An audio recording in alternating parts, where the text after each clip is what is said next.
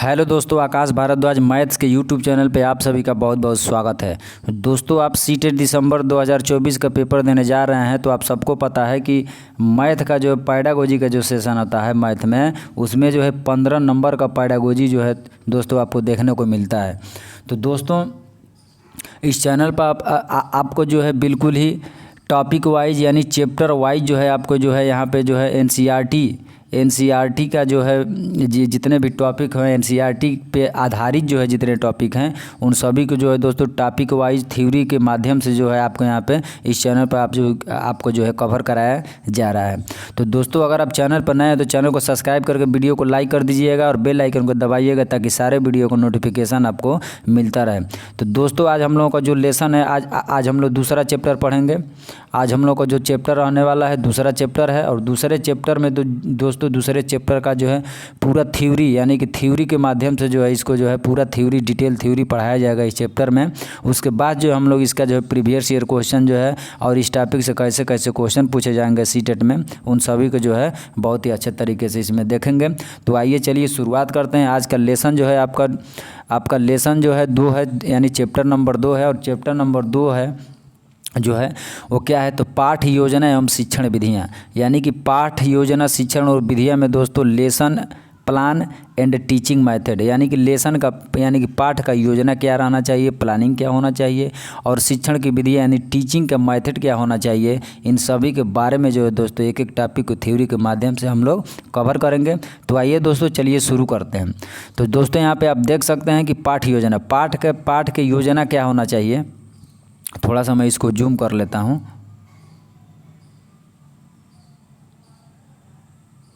चलिए, तो दोस्तों यहाँ पे पाठ का योजना क्या होना चाहिए, यहाँ पे आप देख सकते हैं कि पाठ योजना में हेडिंग जो है आपका पाठ योजना है और पाठ योजना में क्या क्या होता है इसको आइए देखते हैं। किसी विषय को पढ़ाने हेतु यानी किसी विषय को पढ़ाने के लिए उस विषय से संबंधित विषय वस्तु की रूपरेखा तैयार करना, यानी कि किसी भी विषय को पढ़ाने के लिए सबसे पहले जो है उस विषय वस्तु से जो भी संबंधित होता है उसके रूपरेखा को सबसे पहले क्या किया जाता है तो तैयार किया जाता है। इसी को हम लोग पाठ योजना कहते हैं। क्या कहते हैं इसको? पाठ योजना कहते हैं। आगे बात करें तो दोस्तों, पाठ योजना शिक्षण से पहले की अवस्था होती है, यानी कि पाठ की जो योजना होती है पढ़ने से पहले की यह जो है अवस्था होती है, जिसके अंतर्गत शिक्षक अपने शिक्षण कार्य की सार्थकता एवं विद्यार्थियों के हितों को ध्यान में रखकर कक्षा में पढ़ाई जाने वाली विषय वस्तु को छोटी छोटी इकाइयों में बांट लेता है। यानी कि जो भी टीचर जो है पढ़ाता है, बच्चों को पढ़ाने जाता है, पढ़ाने के लिए सबसे पहले विषय वस्तु को क्या करता है कि सबसे छोटी छोटी इकाइयों में क्या कर लेता है, वो बांट लेता है। आगे बात करें तो एवं उन इकाइयों को एक निर्धारित अवधि में पढ़ाता है, यानी कि उन जितने भी टॉपिक को जो है वह छोटे छोटे इकाइयों में बांटा रहता है टीचर, उसको जो है निर्धारित अवधि यानी कि जो भी उसका समय अवधि होता है उसी समय अवधि में वो क्या करता है बच्चों को पढ़ाता है। आगे बात करते दोस्तों, पाठ योजना में पाठ के उद्देश्यों एवं लक्ष्यों और अध्यापक द्वारा प्रयोग की जाने वाली विधियों एवं प्रविधियों का भी उल्लेख होता है। यानी कि जो भी पाठ योजना होता है उसका उद्देश्य होता है, उसका लक्ष्य होता है और अध्यापक द्वारा प्रयोग की जाने वाली और अध्यापक जो है उसमें जो है विभिन्न प्रकार की विधियों को जो है क्या करता है तो प्रयोग करता है। क्लियर है? चलिए आगे दोस्तों बात करते हैं। आगे आपका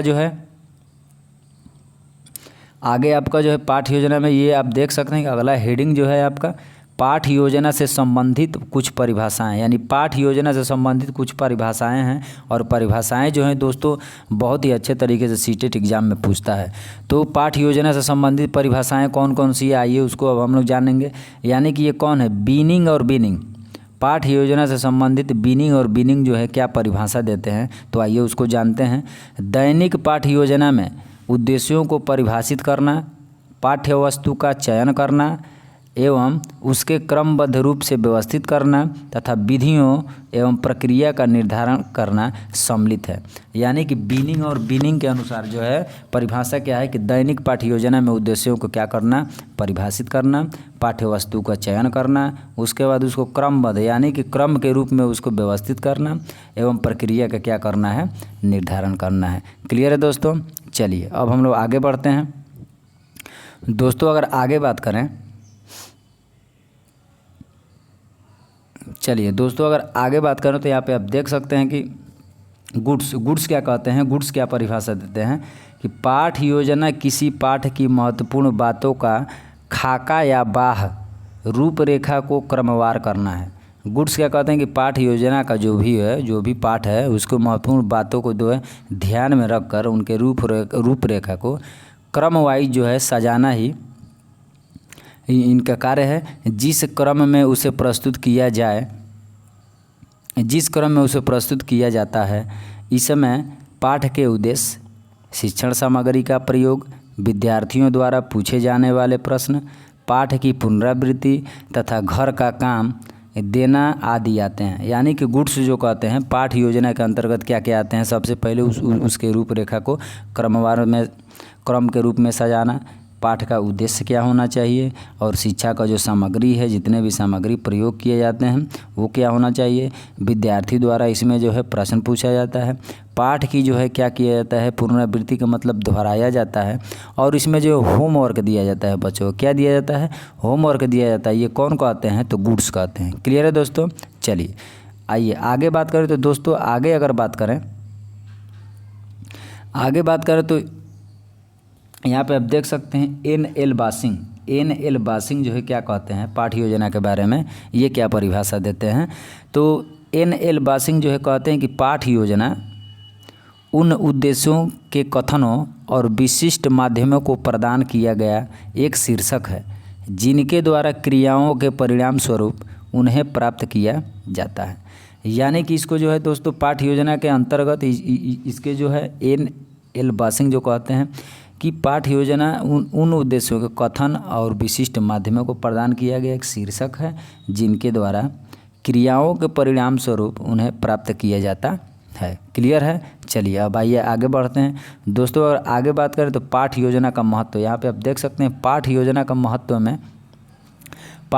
का महत्व क्या होना चाहिए। तो आप देख सकते हैं कि इससे उद्देश्यों की स्पष्टता प्रकट होती है। यानी कि पाठ की जब योजना बनाते हैं लेसन की, तो उसमें जो है क्या उद्देश्य होता है उसको स्पष्ट रूप से जो है क्या किया जाता है, तो प्रकट किया जाता है। इससे शिक्षक में आत्मविश्वास पैदा होता है। यानी कि जब पाठ का योजना जो है क्या करता है, शिक्षक जब बना लेता है तो शिक्षक यानी टीचर के जो है मनोबल, यानी कि मनोबल में वृद्धि होती है और उसको आत्मविश्वास क्या होता है, तो पैदा होता है। क्लियर है दोस्तों। चलिए अब आइए आगे बढ़ते हैं दोस्तों। अगर आगे बात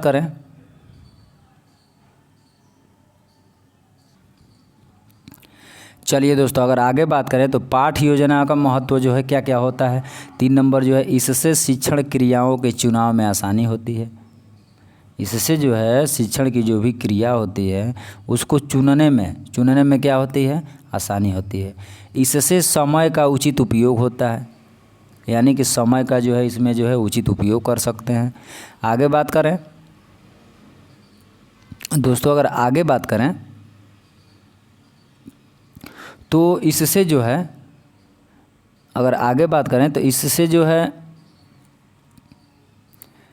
इससे कठिन विषय वस्तु को सरल बनाया जा सकता है। यानी कि पाठ योजना अगर आप बना लेते हैं तो विषय वस्तु को बहुत ही आसानी इसके द्वारा जो है बनाया जा सकता है। इससे शिक्षण सहायक सामग्री का चुनाव आसान हो जाता है। यानी कि जो भी शिक्षक में सहायक सामग्री हैं उसको चुनने में क्या होती है, तो आसानी होती है। अगर आगे बात करें तो उनका प्रभावशाली ढंग से उपयोग किया जा सकता है। उनका जो है बहुत ही अच्छे तरीके से क्या किया जा सकता है, उपयोग किया जा सकता है। चलिए अगर आगे बात करें तो दोस्तों यहाँ पे जो है, अगर आगे बात करें तो यहाँ पे आप देख सकते हैं कि इससे बच्चों में विचार, तर्क, निर्णय एवं कल्पना शक्ति का विकास होता है। यानी कि पाठ योजना का महत्व जो है, यानी पाठ योजना जब आप बना लेते हैं इसमें बच्चों के मन में विचार होता है, जिसके कारण बच्चे तर्क करते हैं, निर्णय लेना सीखते हैं और कल्पना करने की जो है उन बच्चों में जो है क्या हो जाती है, तो शक्ति आ जाती है। क्लियर है दोस्तों। चलिए अब हम लोग आगे बात करेंगे पाठ योजना से संबंधित ज्ञान। पाठ योजना से संबंधित ज्ञान अगला हम लोगों का पॉइंट है।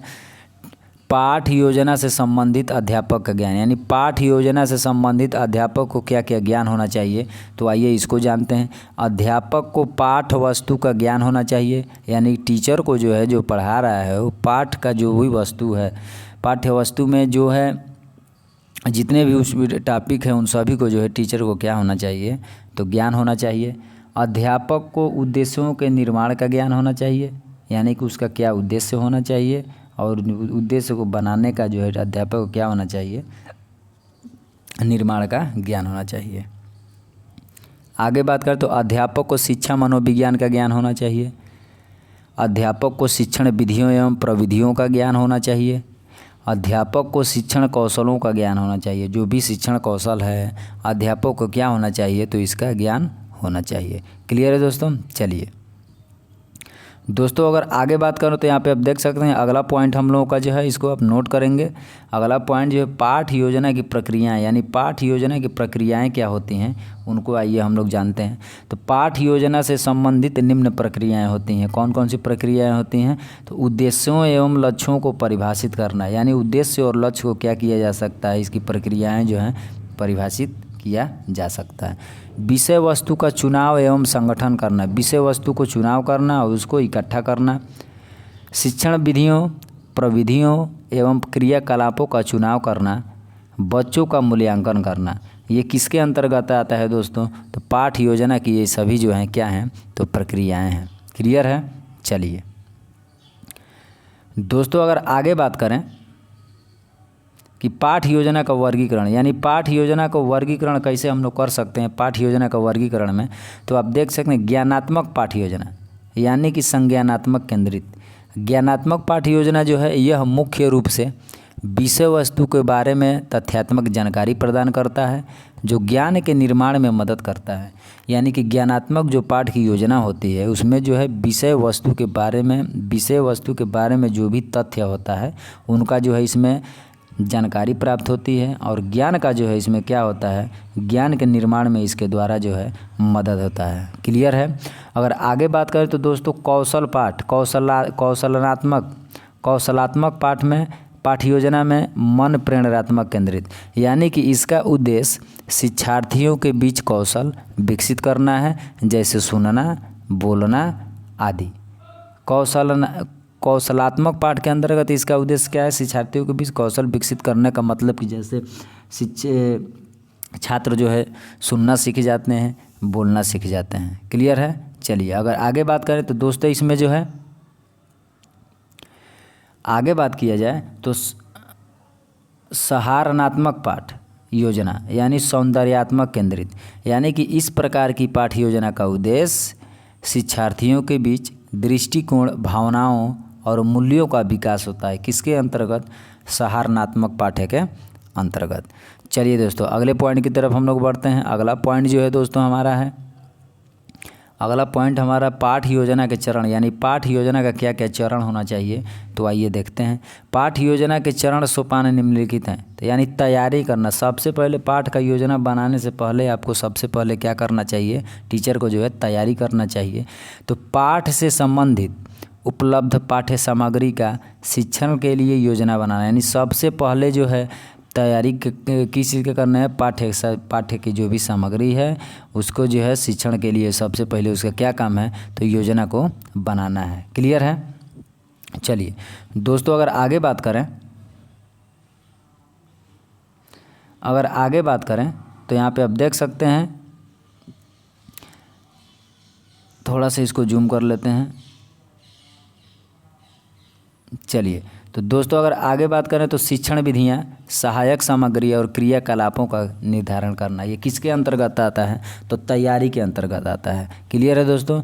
चलिए आगे बात करें तो प्रस्तुतिकरण, 2 नंबर पे है आपका पॉइंट, 2 नंबर पॉइंट है प्रस्तुतिकरण, यानी कि पाठ शिक्षण उद्देश्यों का निर्धारण करना, चाहे उद्देश्य सामान्य हो या विशेष हो, यानी कि उद्देश्य चाहे कैसा भी हो, चाहे सामान्य हो चाहे विशेष हो, सबसे पहले उनका उद्देश्य का जो है क्या करना है, निर्धारण करना है और प्रस्तुतिकरण करना है। क्लियर है। चलिए आइए आगे बढ़ते हैं दोस्तों। अगर आगे बात करें तो चाक बोर्ड कार्य, चाक बोर्ड कार्य में क्या होता है कि चाक बोर्ड कार्य का प्रयोग करना, यानी कि जो आपका बोर्ड होता है प्राइमरी स्कूल में आप देखते हैं कि जो बोर्ड होता है वो चाक बोर्ड होता है। क्या होता है? तो चाक बोर्ड होता है। चाक बोर्ड जो है यानी कि बोर्ड पर जो है चाक से ही क्या किया जाता है, लिखा जाता है। तो चाक बोर्ड का कार्य यही है कि चाक से जो है बोर्ड पर लिखा जाता है।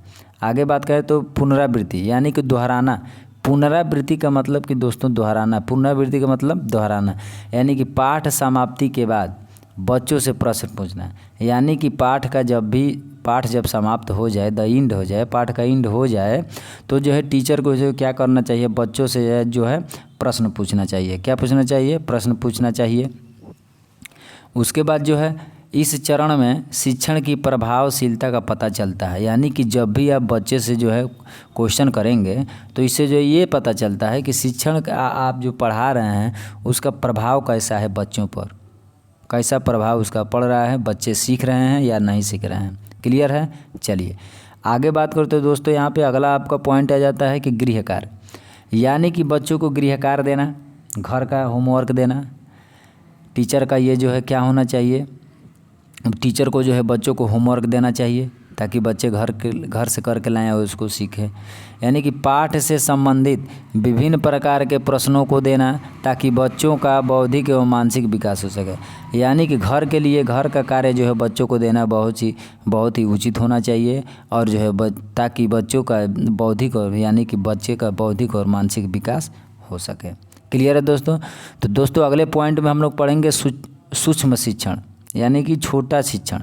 सूक्ष्म शिक्षण के बारे में हम लोग नेक्स्ट वीडियो में हम लोग कवर करेंगे इस पॉइंट को थ्योरी के माध्यम से। तो दोस्तों अगर वीडियो अच्छा लगा तो वीडियो को लाइक करके चैनल को सब्सक्राइब कर दीजिएगा और बेल आइकन को दबा दीजिएगा ताकि सारे वीडियो को नोटिफिकेशन आपको मिलता रहे। तो दोस्तों थ्योरी के माध्यम से हम लोग कवर कर रहे हैं एनसीईआरटी पर आधारित जितने भी पॉइंट जो हैं आपको सीटेट एग्जाम में बहुत ही बेहतरीन तरीके से पूछे जाते हैं। तो चलिए दोस्तों मिलते हैं हम लोग नेक्स्ट वीडियो में, तब तक के लिए जय हिंद जय भारत।